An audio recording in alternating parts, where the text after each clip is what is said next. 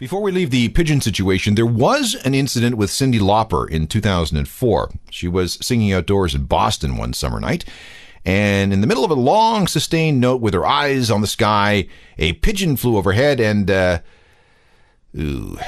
quick spit and a mouth rub on the sleeve, and she carried on. That's Trooper.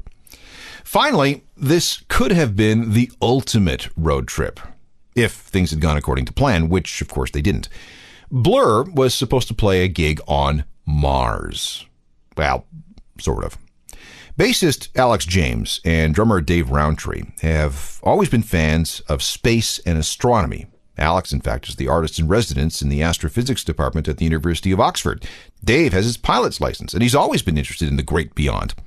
In 2001, they heard that Britain was going to launch a probe called the Beagle 2 to Mars. They wanted in, but what could they do? Well, what if Blur could provide the first music from Mars?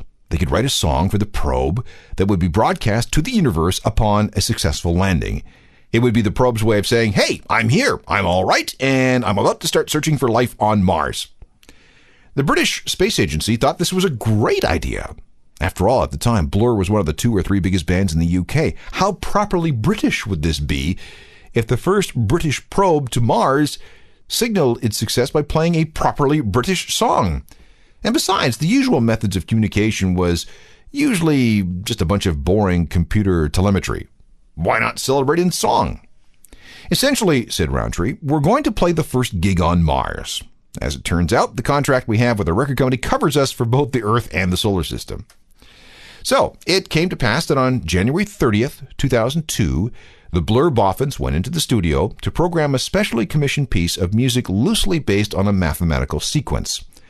Beagle 2 was designed to land on the Martian surface in an equatorial area known as Isidis Planitia.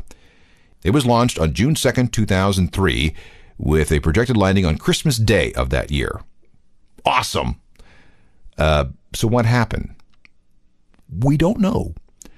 Beagle 2 hitched a ride on a parent craft called the Mars Express. It successfully separated in Martian orbit without incident on December the 19th. At 2:47 a.m. London time on December the 25th, right on schedule, Beagle 2 began to descend through the Martian atmosphere. 7 minutes later, it was supposed to be on the surface. Supposed to be. Like so many other Martian probes before it, Beagle 2 was lost. Nothing was ever heard from it again, and Blur's debut on Mars was canceled due to scheduling difficulties. Want to hear what the gig was supposed to sound like? All right, here's Blur with the instrumental that they wrote for their gig on Mars. Like the probe, it's called Beagle 2.